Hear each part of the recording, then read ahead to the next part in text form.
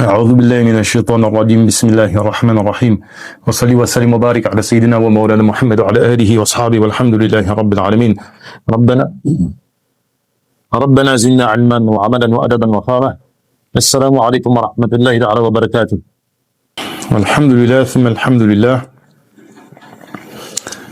On continue la lecture de l'ouvrage Al-Mouridiyya du Cheikh Mohammed Al-Murtada qui présente la Tariqa Mouride.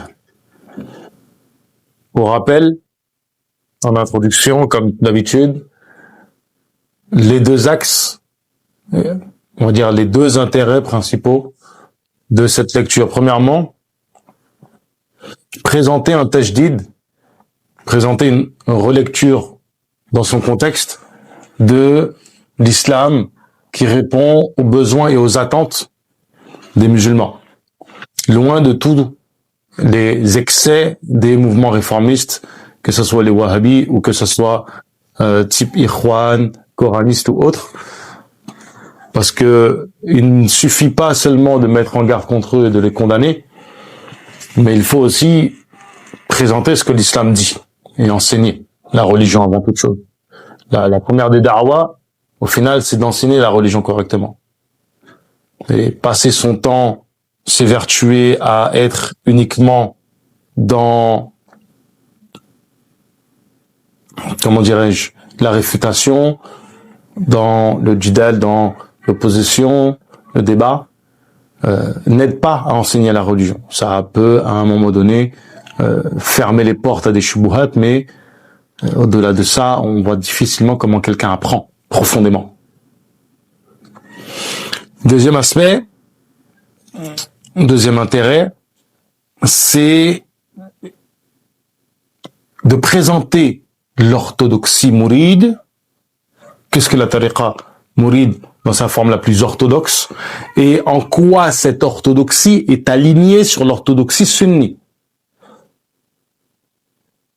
Ainsi, on a suivi l'ouvrage dans son schéma qui, dans un premier temps, présente Shirul Khadim, radiyallahu anhu, sa personne, et aussi ses écrits.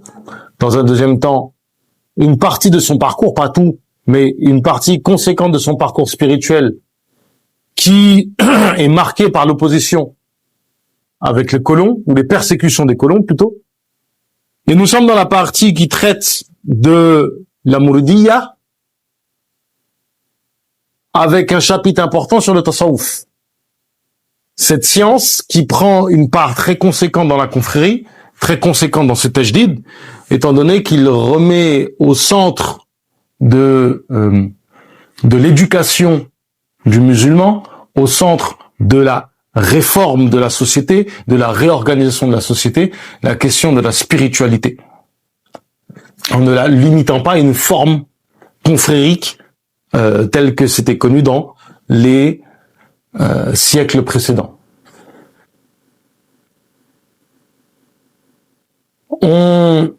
Dans cette partie qui traite du tasawwuf, il faut savoir que on a balayé large, on a traité de la définition de cette discipline,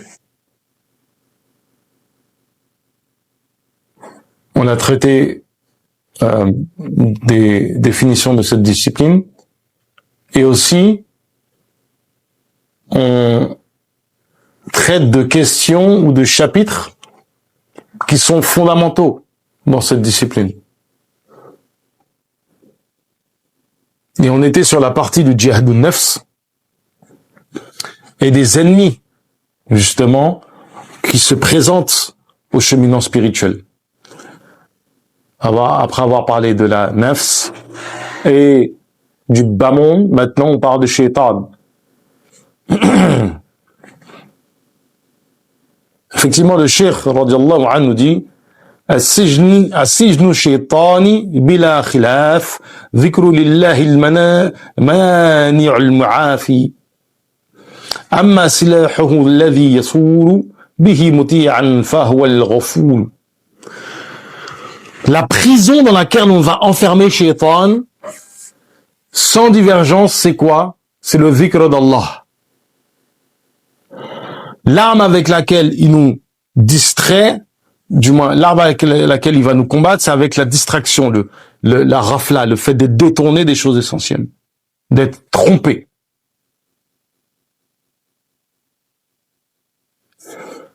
Shaitan est l'ennemi de l'homme depuis la création de la terre et il le restera jusqu'à la fin du monde.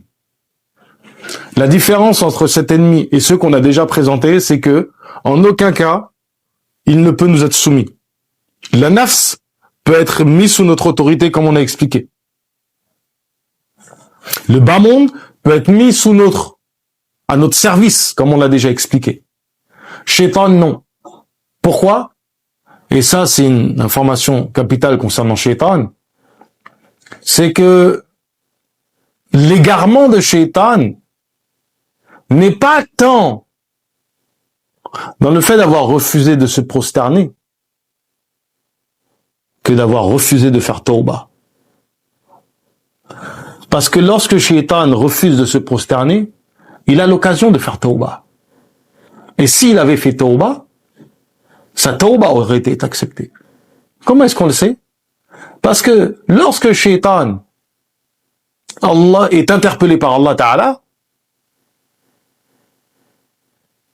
à ce moment-là, Shaitan dit, je les égarerai, sauf ceux que tu as préservés. Donne-moi un délai. Et en gros, c'est la personne qui est observée, donne-moi un délai. Que je fasse ce rôle-là d'égareur. Je vous rapporte la chose dans le sens. Ce qui est dit, cité dans le Coran nominément. C'est-à-dire que le Coran, Allah Ta'ala nous informe dans le Coran de manière explicite que Shaitan a fait dua après avoir désobéi. Et avoir fait preuve. Ici, on va pas parler de mécroire. On va parler d'ingratitude. Il va refuser d'obéir. Et en refusant d'obéir, il rentre dans le koufr. Et à ce moment-là où justement il est rentré dans le koufr, il dit à Allah Ta'ala, laisse-moi un délai jusqu'à la fin des temps. Je vais les égarer. Donc si Iblis est à l'heure actuelle en train de nous combattre, c'est parce qu'Allah Ta'ala a répondu à ses doigts. Et c'est ça qui est extraordinaire, c'est que Iblis avait possibilité de se repentir. Et qu'est-ce qu'il a décidé de faire? De faire dua pour rester dans son égarement, parce que sa demande c'est laisse-moi dans mon égarement et je vais les égarer eux. Juste donne-moi un délai.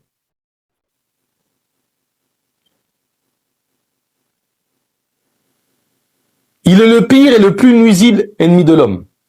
Le pire dans le sens où, contrairement à la nefs, il ne peut pas devenir un allié.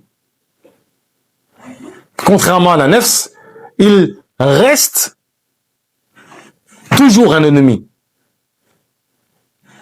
Il va toujours guetter un moment pour essayer d'avoir. La nefs, elle peut être purifiée et devenir une nefs rohani qui est dans la rectitude.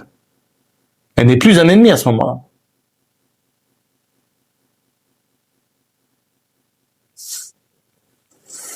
Il a des tours divers, des voies tortueuses pour divertir l'homme, le pousser à la désobéissance et lui embellir les interdits jusqu'à le priver de la grâce d'Allah Ta'ala promise à ses sincères adorateurs. Et donc, c'est une chose qui est très intéressante.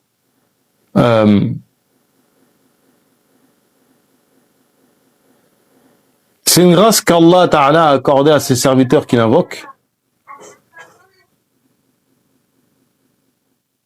يذكرونه كثيرا يسبحونه بكرة وأصيلا. Ceux qui font le zikr d'Allah à profusion et qui se rappellent de lui, qui font le tasbih le matin et le soir. Vivifie les mosquées par la prière et récite le livre d'Allah Ta'ala, que seuls les purifiés touchent en comprenant et en méditant. Alors, on est tenté de développer, mais comme on a déjà dit, on veut quand même rester sur l'enseignement de l'ouvrage, et il y a beaucoup de choses qui sont abordées dans l'ouvrage. Si on commence à rentrer dedans, on est parti pour longtemps. Et ça, ces parties-là qui sont développées ici, Inch'Allah Ta'ala, on les développe à d'autres occasions, vraiment de façon pointilleuse et bien développée. Lorsque l'on fait, par exemple, Mahar Quniran, Jalibatul Burur, ces ouvrages. Mais il faut rappeler la chose suivante. Iblis est un ennemi irréductible que l'on peut combattre que par le zikr d'Allah. Car c'est auprès d'Allah Ta'ala que l'on va trouver ce qui fait fuir Iblis. Al-ibada. Il est rapporté dans la sunna de façon authentique que lorsqu'on fait le adhan, lorsqu'il entend le takbir du adhan, Iblis s'enfuit en pétant. Pourquoi? Parce que le zikr d'Allah le perturbe. Il ne le supporte plus. Lorsqu'il nous voit pendant la prière faire le takbir, le ruku' et le sujoud, il va dans un coin en pleurant. Parce qu'il se rappelle que c'est ça qui lui a été demandé et qu'il n'a pas su le faire. Et c'est ça qui est fort, c'est que jusqu'à présent, il ne pourra plus jamais le faire. À cause de ce qu'on a dit tout à l'heure, la dua qu'il a fait, alors qu'il avait l'occasion de faire tauba, il ne l'a pas fait. Il a décidé de faire quoi? De demander un délai pour pouvoir quoi? Égarer les musulmans. Allah Ta'ala lui a dit, tu es fait partie des gens qui ont été exaucés. En demandant un délai pour nous égarer, il a scellé son sort. Donc il sait que son cas est fini. C'est comme, vous voyez, des gens qui se voient faire le mal et qui ne peuvent plus s'en empêcher.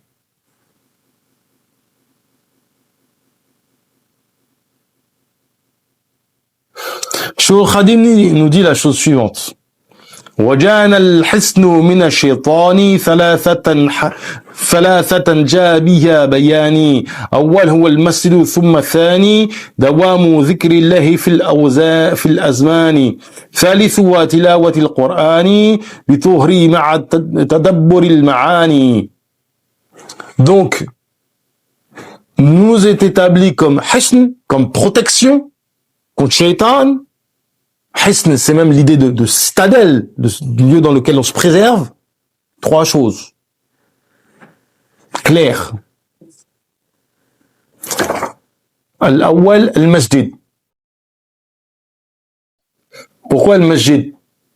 Al-masjid, c'est à la fois le lieu, mais aussi c'est quoi? C'est la prosternation. Rappelez-vous ce qu'on vient juste de dire au sujet de ce qui est rapporté dans la sunna. Le zikr d'Allah, ne serait-ce que par le adhan, l'état dans lequel ça met shaitan. Lorsque l'on prie de l'état dans lequel ça met shaitan. Ça ne veut pas dire que le lieu qu'est le masjid, shaitan ne peut pas y venir. Bien au contraire, c'est là-bas qu'il va venir. Il va pas aller en boîte de nuit. En boîte de nuit, il n'a rien à faire. Il envoie le fils qui est né hier soir pour aller se faire les dents. Non, lui, il va justement dans les mosquées pour créer le problème. Mais le masjid, c'est pas seulement le lieu. Le masjid, c'est al-makad sajada, là où tu fais le sujoud. Mais de quel sujoud on parle? On parle de sujoud al-qalb. On parle de l'endroit où tu as réellement prosterné ton cœur, où tu as réellement accepté les ordres d'Allah Ta'ala pour te soumettre. Par conséquent, quand on parle du masjid ici, on parle clairement de ce lieu physique et métaphysique, de ce lieu physique et spirituel, si vous préférez, où se passe ce sujoud réel. Ce sujoud qui est pas seulement le front posé par terre, qui est le moment où on est le plus proche d'Allah Ta'ala, le moment où on est dans Al-Munaja, On est dans la conversation intime. Et c'est ça qui, justement, perturbe Iblis. Al-Dhikrullah, c'est ce qu'on a déjà dit. Il est rapporté du plus grand des talibés de Cheikh al-Khadim, radiyallahu anhu, évidemment, qui est Imam Cheikh Ibrahim Afal, radiyallahu anhu. Une fois, un homme était assis à côté de lui et a commencé à lire le Coran. Ça va introduire justement le troisième cas, où il dit « A'udhu billahi minash shaitanir rajim » et il allait commencer à lire. Et là, il dit « Ça suffit pas. » Comment ça suffit pas? Donc lui, il recommence. « A'udhu billahi minash shaitanir rajim » Cheikh al-Khadim dit « Ça suffit pas. » Excuse-moi. Cheikh Ibrahim Afal dit « Ça suffit pas. » Et il recommence. Il dit « Ça ne suffit pas. » On dit « Mais Salim dit, Cheikh, explique-nous. » Pour se préserver de Shaitan, il faut emménager là où lui a déménagé. Et il faut déménager de là où lui, il a emménagé. C'est-à-dire, il faut emménager dans la ibada, dans l'obéissance à Allah Ta'ala, et déménager de la désobéissance à Allah Ta'ala. C'est comme ça que tu te préserves de Shaitan. Et en fait, cette parole de Imam Cheikh Ibrahim Afal, qui est une parole profonde, en fait, englobe les trois choses. Le masjid, le dhikrullah, tilawa al-Qur'an. Parce que la lecture du Coran, c'est quoi? Ce n'est que le dhikr pur. Le dhikr d'Allah par sa propre parole. Selon les convenances que lui a instituées et pas un autre. Wallahu ta'ala a'lam. Il serait utile au mouride de connaître les voies, les trous par lesquels les entrées par lesquelles Iblis pénètre pour sortir de la lumière vers les ténèbres. Cheikh al-Khadim, dans ce sens, attire ainsi l'attention des mourides et dit la chose suivante. Wa min madarrati adawun al-la'in alayhi la'anatam min al-baqi al-mu'in. عدوات منه توجهت إلى من يطلب الله الذي يعطي للا وإنه لغير ذي سعادة يسكن لغواء ذا إعادة وكل ذي سعادة فالله يحميه عنه مع مولاه ومن مكائد اللعين زيد طردا ولعنة النفي مزيدا إخراجه وتوحيد من قلوب من لهم شقاوة وفارق كل من لكنه تردد القهار طردا به لازمه الانقهار ويسوى من لزام السعادة عنده الذي جاء بخوق العادة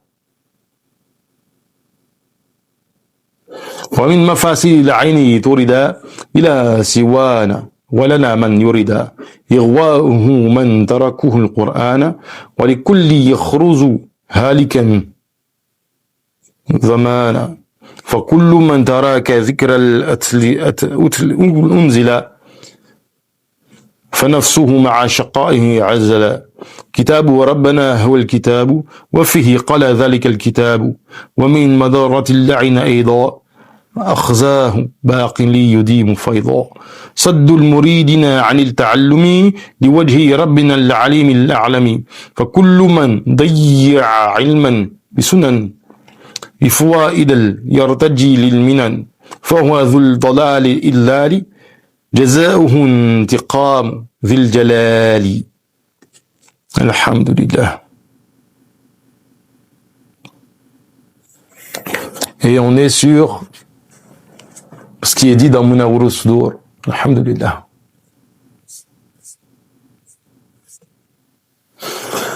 Donc, parmi ce qui est de détestable, au final, des nuisances d'Iblis.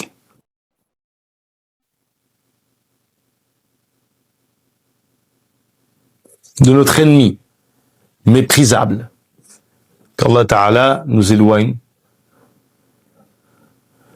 de lui, l'éloigne de sa miséricorde telle qu'il a été fait. Il y a une guerre, une inimité qu'il voit à tous ceux qui empruntent la voie d'Allah Ta'ala. Et il va ne cesser de divertir ceux qui ne sont pas guidés. Donc en fait, il a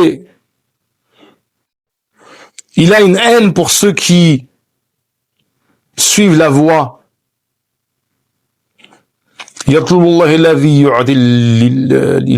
Donc ils vont chercher Allah Ta'ala. Et ceux qui sont loin de la sa'ada, qui sont dans les méandres du divertissement, il faut savoir que on va expliquer ces ruses. On compte parmi ces ruses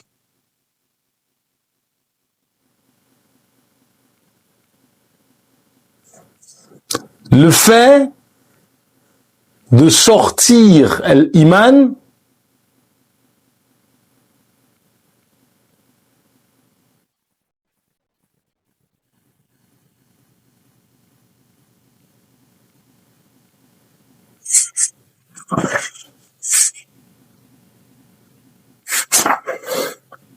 le tawhid du cœur de celui qui est dans la perdition. Et le fait de le séparer en fait de l'aman. Donc en fait du sentiment de protection. Alors ici c'est intéressant. Comment il fait sortir le tawhid du cœur? Quand tu fais peur à quelqu'un, vous savez, si quelqu'un vient à vous, a besoin de se rassurer, le musulman normal va dire à la personne, t'inquiète pas, c'est Allah qui a aux affaires de tout. Donc tu vas lui dire ce qu'il faut pour que la personne reprenne confiance en elle, reprenne confiance en Allah Ta'ala, au destin, et que de toute façon, nous sommes qu'un peu passage. Là, Iblis va mettre dans la tête des craintes qui va faire que la personne ne va plus se confier à Allah Ta'ala, donc va sortir du tawhid, et va paniquer face aux causes. Et donc elle aura peur, tout simplement. Donc elle n'aura plus ce sentiment de protection.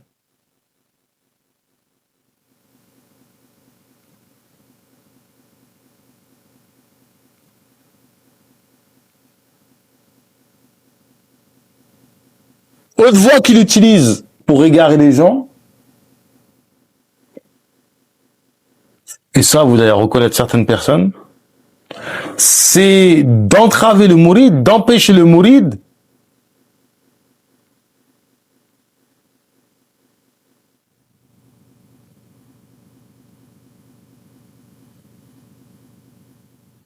ça. Mais il y a des vers qu'ils n'ont pas mis. Allahu Akbar. Bon, il y a des vers qu'ils n'ont pas mis. Il y a des vers pourquoi ils n'ont pas mis ces vers-là?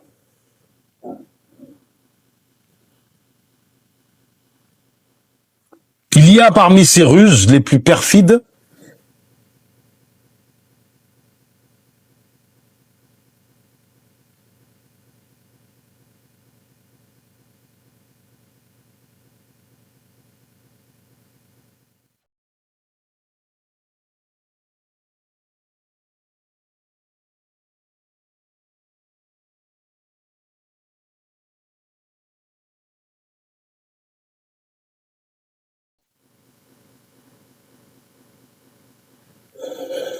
il y a le fait de distraire le Coran.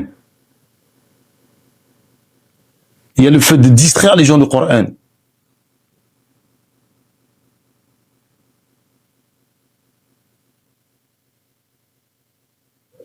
Effectivement, quelque chose qui va nous arriver, c'est qu'on va malheureusement très facilement tomber dans une perdition plutôt que de se tourner vers le Coran pour répondre à nos besoins, faire autre chose, trouver des solutions ailleurs. Et chercher des solutions dans le Coran, ça peut prendre différentes formes, mais évidemment la forme la plus simple, c'est je prends le livre, je vais y chercher des solutions, mais des fois c'est pas forcément intellectuel, des fois c'est juste lire pour que le cœur soit plus serein, se réfugier dans la parole d'Allah Ta'ala.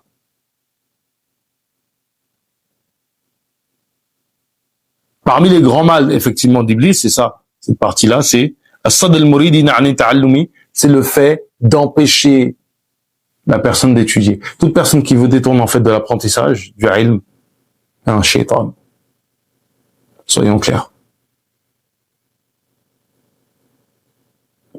Toute personne qui te détourne en fait de tes obligations religieuses est un égaré qui égare.